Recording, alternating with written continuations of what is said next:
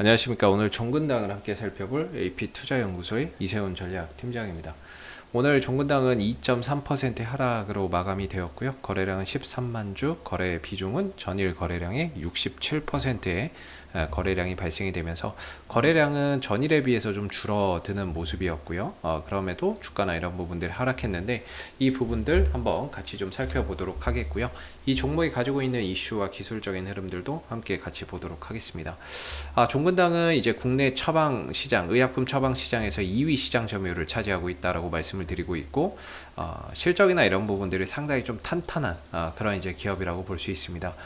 작년 한 해에는 이런 상한가를 포함한 급등세를 보여줬는데 실적도 탄탄한데 그런 이제 회사가 코로나19 치료제에 대한 그런 이제 연구 개발을 하게 되면서 그런 기대감까지 더해지면서 주가의 상승폭이 크게 일어났다라고 볼 수 있습니다. 현재 코로나 임상 2상까지 완료가 되었고요.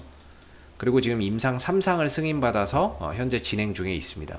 그래서 임상 2상 결과를 바탕으로 해서 조건부 허가 승인 신청을 했지만 아쉽게 그게 불발이 되면서 기대감에 올라갔던 주가는 단 하루 만에 또 하락하는 모습들도 있었고요. 이후에 13만 5천 원대에서 어느 정도 좀 바닥을 잡아가고 있었던 모습이었는데 또 뜻하지 않게 이 종근당이 판매하고 있는 9개 품목에 대한 9개의 의약품에 대해서 이제 제조, 중지, 판매 처분을 받게 됩니다. 그걸로 인해서 사실상 뭐 2분기 실적이나 이런 부분들이 좀 줄어드는 부분에 있어서는 타격이 불가피하다라고 이전에 말씀드렸습니다. 왜냐면은 이제 그 9개 품목이 전체 매출에서 차지하는 비중이 6에서 7%, 여기 이제 뭐 플러스 마이너스 알파가 되겠죠. 이 정도가 될 것 같은데, 이렇게 됐을 때 2분기 실적이나 이런 부분들이 어느 정도 좀 줄어들 수밖에 없는 부분에 대해서는 충분히 뭐 좀 줄어들 수밖에 없겠죠. 그래서 그런 부분들이 있을 거다. 어느 정도 그런 부분들은 우리가 인정을 해야 된다. 이렇게 말씀을 드렸고, 그런 흐름 속에서도 13만 5천 원 정도는 좀 지켜줬던 주가의 흐름이에요. 그런 이제 악재 속에서도 13만 5천 원대를 좀 지켜줬는데, 저는 그때 이제 주가의 하락으로 인해서 어느 정도 그 부분에 대한 악재는 이미 좀 반영이 됐다. 라고 생각을 좀 했거든요. 왜냐하면 이후에 그게 추가적으로 문제가 됐다면 추가적으로 더 빠졌을 텐데 주가는 빠르게 안정을 찾았어요. 빠르게 안정을 찾으면서 이게 한번 이제 주가 하락으로 또는 단발성 악재로서 일단은 뭐 마무리가 좀 되는구나 이렇게 생각을 했었거든요. 그러면서 이제 13만 5천 원대를 지켰기 때문에 기술적인 흐름도 여전히 건재했던 이런 이제 상황이었는데, 최근 들어서 이 흐름들이 좀 무너져 버렸습니다. 무너져 버린 부분들이 상당히 좀 아쉬운데, 첫 번째는 이제 추세 전환을 못해서 제일 가장 아쉽습니다. 문제는 지금 종근당의 문제는 방향이거든요. 주가의 방향인데 이게 하락 흐름에서 벗어나질 못하고 있어요. 그러니까 주가가 반등이 나오고 또 밀리고 반등 나오고 또 밀리고 이 상황이거든요. 돌파는 됩니다. 근데 안착이 안 됩니다. 돌파는 되는데 안착이 안 됩니다. 이게 가장 큰 문제거든요.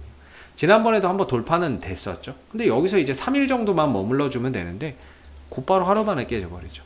이때도 돌파는 됩니다. 3일 정도만 좀 머물러 주면 되는데 하루 이틀 만에 깨져버리죠. 그리고 이때 돌파가 됩니다. 스푸트니크 백신 관련 종근당 바이오 이슈 때문에 주가가 다시 움직이지만 딱 3일만 보자. 3일만 좀 지켜내면 된다라고 했는데 하루 이틀 3일째 무너져 버립니다. 돌파는 이루어지는데 안착이 안 됩니다. 그러다 보니까 주가나 이런 부분들이 올라갔다 다시 밀리고 올라갔다 다시 밀리는 상황들이 되고 있죠. 그럼 어제는 또 왜 빠졌느냐? 어제는 또 왜 빠졌느냐에 대한 부분들을 또 이야기를 해봐야 될 것 같아요. 어제서 이제 증권사에서 부정적인 보고서가 또 쏟아져 나왔죠. 또 다 아는 내용. 지난번에 여기서 한번 두들겨 맞은 내용을 다시 또 긁어 왔어요. 증권사, 키움증권, KTB 투자증권에서 다시 긁어 와다가 실적이 마이너스 요인이다, 불확실성 존재다. 그걸 몰랐습니까? 저는 개인적으로 그렇게 생각하는데, 악재라고 하는 건 우리가 모르고 있다가 뒤통수를 맞는 게 악재인 거고, 모두 이미 밝혀져 있고 모두가 아는 사실은 저는 악재가 아니라고 생각을 하거든요. 근데 이제 와서 이미 여기서 다 드러나 있는 사실이고 매출이 감소한다라는 부분들도 이미 인정하고 있었던 부분에서 다시 이 부분들이 악재가 된다? 그거는 조금 이미 다 알려져 있는 내용인데 그게 또 재탕이 돼서 악재가 된다? 그거는 조금 이제 좀 제가 판단하는 기준에서는 저는 악재라고 보지는 않거든요. 예. 이미 뭐 악재 그런 부분들은 주가에 반영이 되어 있다라고 보는데 다시 이런 부분들을 증권사에서 또 끄집어냈었어요. 그럼 어제가 무슨 날이었냐?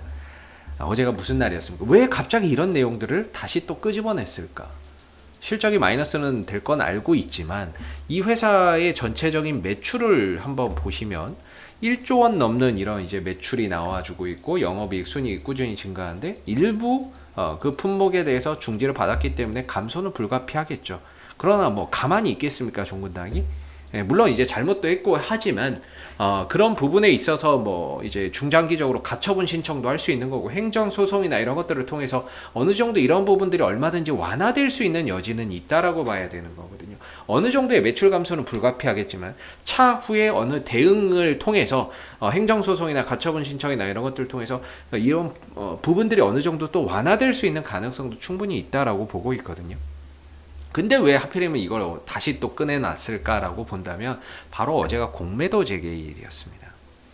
어제 공매도가 이제 재개가 되면서 대부분의 이제 종목들의 대형주 중심으로 공매도가 지금 진행이 되고 있는데 어제 딱 공매도 재개되자마자 종근당의 공매도가 16% 하루 거래량이 16%나 증가돼 버렸습니다. 어제는 32,000주, 오늘은 전체 거래량이 9.7% 약 10% 되는 12,000주가 공매도로 터져 나온 거죠. 결국에는 공매도가 이제 이게 있었죠. 외국인들과 아마 기관들, 뭐 기관들은 많이 안 했을 것 같은데 외국인들이 아마 이제 공매도를 많이 쳤을 것 같은데요. 네, 그 공매도가 나오는 가운데 이런 이제 부정적인 보고서로 인해서 심리적인 불안감을 가중시켜 버리는 거죠. 공매도는 왜냐면 떨어져야 수익이 나는 거니까. 어제 이제 공매도나 이런 부분들을 보면은 종근당이 13만 3천 원대에서 거의 이제 그게 있었고 평균 13만 3천 원에서 이제 공매도가 좀 있었고요. 오늘은 12만 6,500원대에서 공매도가 좀 있었습니다. 전반적으로 평균 가격이 공매도가 늘어나니까 거기서 이제 주가나 이런 부분들 하락의 명분이 필요하니까 그 이제 여기서 터졌던 악재를 여기서 또 끄집어낸 거라고 저는 생각이 듭니다. 그래서 여기서 이제 하락이 나오면서 실질적으로 기술적으로도 차트가 좀 망가져 버렸고요. 좀 넘어가기를 바랬던 그런 구간을 지켜내지 못했고 13만 5천 원대를 지켜내지 못했고 이게 무너지게 되면서 사실상 또 하방 국면으로 접어들고 있고 결국에는 하락 추세가 더 여기서 끝내지 못하고 연장되고 있는 상황이 되다 보니까 실질적으로는 주가나 이런 부분들이 다음 지지 라인이 어디서 멈출지 또 가늠하기가 너무 어려운 상황이 되고 있습니다. 가장 이상적인 건 사실 여기서 주가나 이런 부분들이 다시 13만 5천 원대 위로 올라서는 게 가장 좋은데 현재로서는 이 13만 5천 원대가 이제 저항대가 돼버렸습니다. 왜냐하면 이전에 지키고 있을 땐 지지라인인데 이게 무너지면서 어때요? 손절성 매물, 실망 매물이 터져 나오고 있고 손절한 사람도 있겠지만 들고 있는 사람들도 있단 말이에요. 들고 있는 사람은 들고 있었더니 주가가 와장창 빠지네. 반등 한번 주면은 자기 본전 오면 팔아야지. 이런 사람들이 많거든요. 그러다 보니까 이전에 지지라인이 지금은 저항대가 돼버린 상황이에요. 그래서 이 13만 5천 원대 위로 올라서는 부분들도 사실 쉽지는 않을 것 같습니다. 지금 분위기상 공매도가 재개되고 제약바이오주들에 대한 시선, 불편한 시선들이 이렇게 증가되고 있는 상황에서 올라오는 것도 사실 쉽지는 않을 것 같다라는 생각이 듭니다. 올라온다면 정말 좋겠죠. 근데 이거를 지금으로서는 이제 올라오면 가장 좋은 시나리오인데 만약에 더 빠지게 되면은 주가의 지지라인이 안 보여요.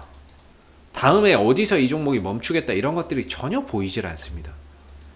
그러다 보니까 지금으로서는 뭔가 반등이나 이런 부분들이 다시 13만 5천 원대 위로 장대 양봉을 솟으면서 안착하는 모습들이 나와야 그 부분에서 뭔가 추가적인 상승을 기대하면서 전략을 좀 쌓아볼 수 있을 것 같고요. 현재로서는 의지했던 지지라인도 깨지게 되면서 올라올 때는 13만 5천 원대가 저항대로 변신을 해버렸기 때문에 반등을 이용한 비중 조절이나 현금 확보나 이런 부분들이 현재로서는 좀 필요한 구간에 있지 않나라는 생각이 듭니다. 그리고 나서 다시 좀 주가가 바닥을 밑으로 내려와서 안정이 되던 다시 위로 올라가서 안정이 되던 좀 안정을 찾았을 때 다시 한 번 더 종근당을 좀 바라봐야 되는 그런 상황이 되지 않나 싶고요.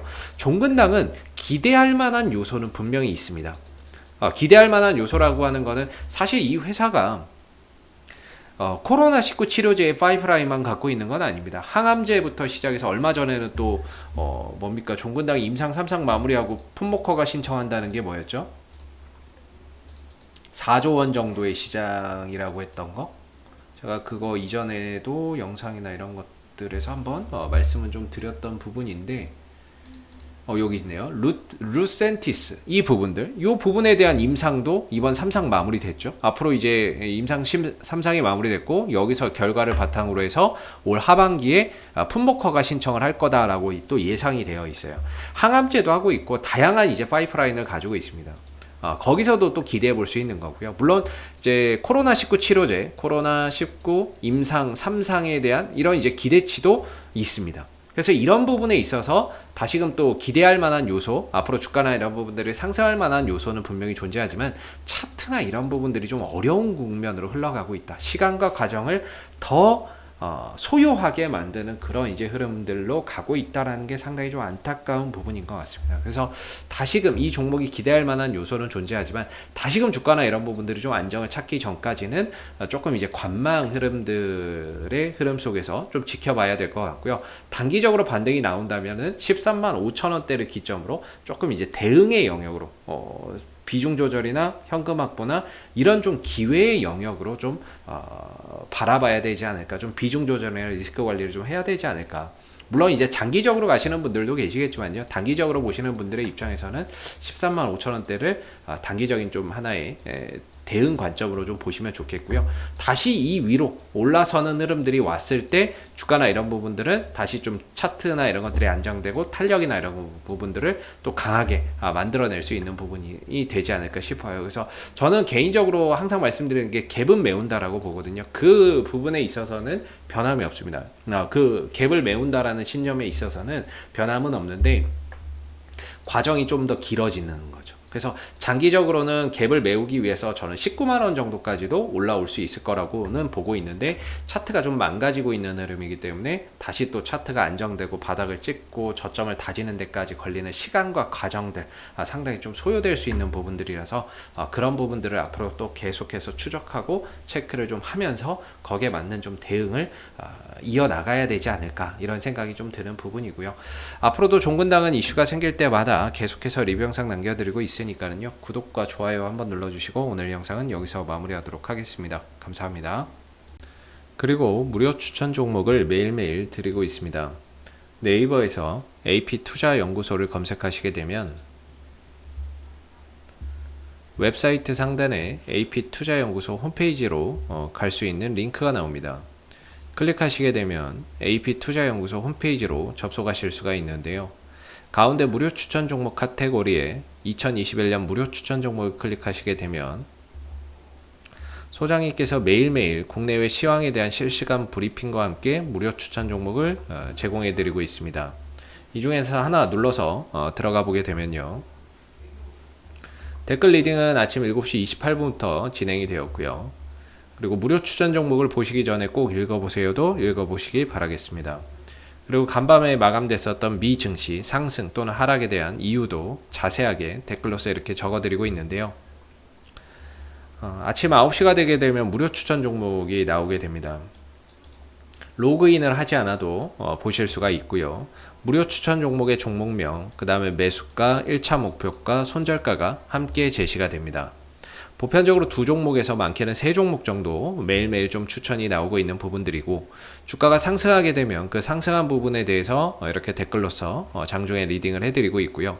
반대로 또 하락하게 되면 그 하락한 부분에 대해서도 장중에 리딩을 해드리고 있기 때문에 무료 추천 종목이 필요하신 분들은 홈페이지에 오셔서 많은 도움 받아가시면 좋겠습니다.